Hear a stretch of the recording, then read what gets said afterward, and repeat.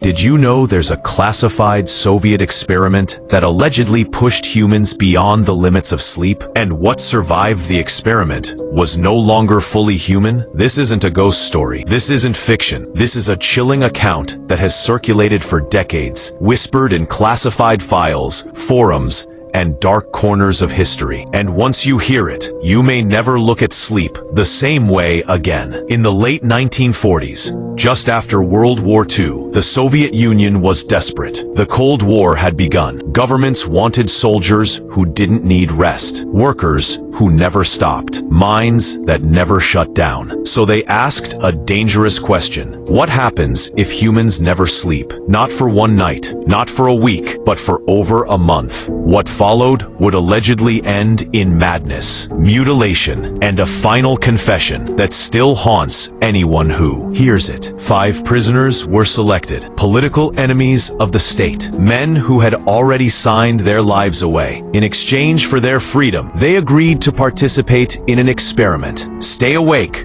for 15 days straight. The setup was simple but sinister. They were sealed inside an airtight chamber. No windows, no clocks, no cameras inside, only microphones. The room was filled with a mysterious gas designed to keep them awake without killing them. The researchers watched through reinforced glass. At first, everything seemed normal. The men talked, joked, argued, unaware they had just signed their death warrant. For the first 4 days, nothing unusual happened. They complained about boredom. They discussed their lives. They paced the room. The gas worked. No one slept. The researchers relaxed. That was their first mistake. On the 5th day, something changed. One subject began screaming, not yelling, not shouting, screaming for hours, until his voice tore itself apart. Eventually, the screaming stopped, not because he calmed down, but because his vocal cords failed. The others didn't react. They didn't comfort him. They didn't ask what was wrong. They simply stared at the walls, as if something inside them had already broken. By day 6, paranoia spread. The men whispered accusations. They claimed others were lying, watching them, plotting against them. One by one, they began screaming too. Not together, but randomly, like alarms going off inside damaged minds. Then, silence. The microphones picked up nothing. No talking,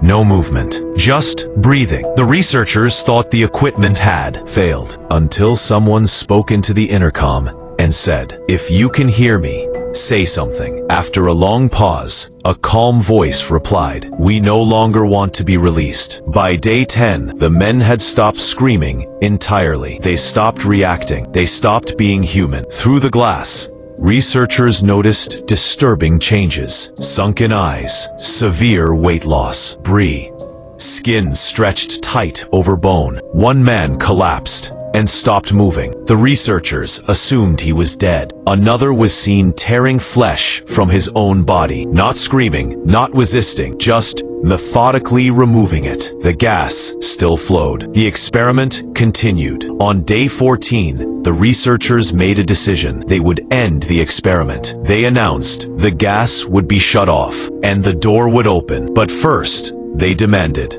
confirmation. Block quote. "State your names." There was a pause. Then one voice replied, not with a name, but with a statement. "We are what wakes when you sleep." The door was opened. What they found inside was indescribable. One subject was dead, his body mutilated beyond recognition. The others were barely alive, organs exposed, bones visible, faces frozen in twisted expressions. But they were smiling. The survivors were rushed to medical care, but when doctors tried to sedate them, they fought violently. One man died instantly when he finally fell asleep. Another begged, "What else do you want? Don't put us back to sleep." A doctor, shaking, asked one subject the question everyone feared. "What are you?"